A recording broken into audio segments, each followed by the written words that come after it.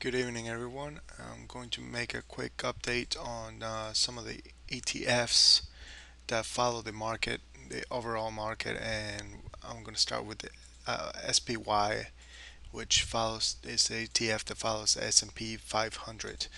Um, Today was a really big day. First of all, this daily chart, like you can see, we today we uh, it was more or less a reversal day. Let me go ahead and zoom in really close.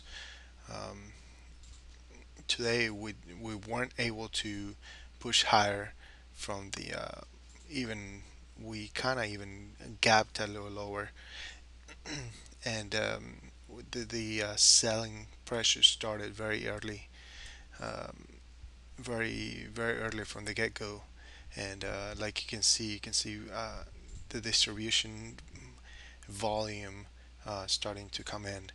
Um, you can see here a lot of you're starting to see the negative divergence on the MACD, on the moving averages, and you can also see it on the histogram um, right over here,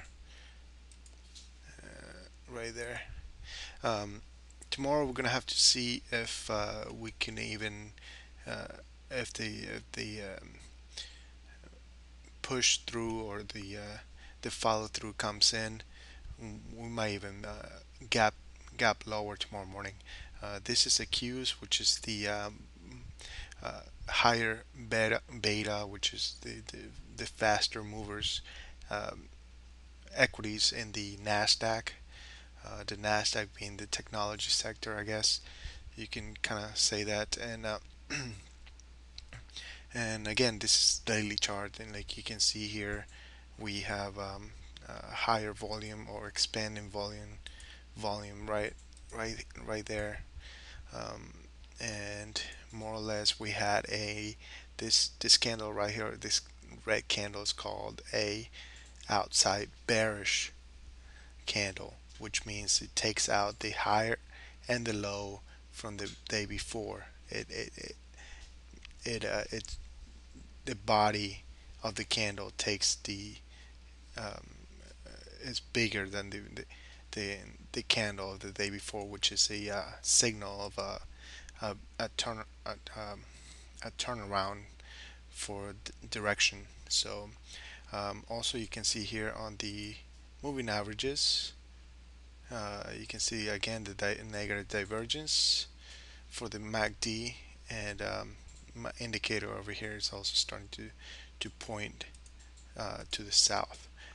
Finally, I want to look at the IWM, which is the Russell 2000, which are the small caps, um, and this is the first indice that broke the rising wedge, the bearish rising wedge that I had pointed out before in my static charts, which you can follow me on stockcharts.com at the public charts.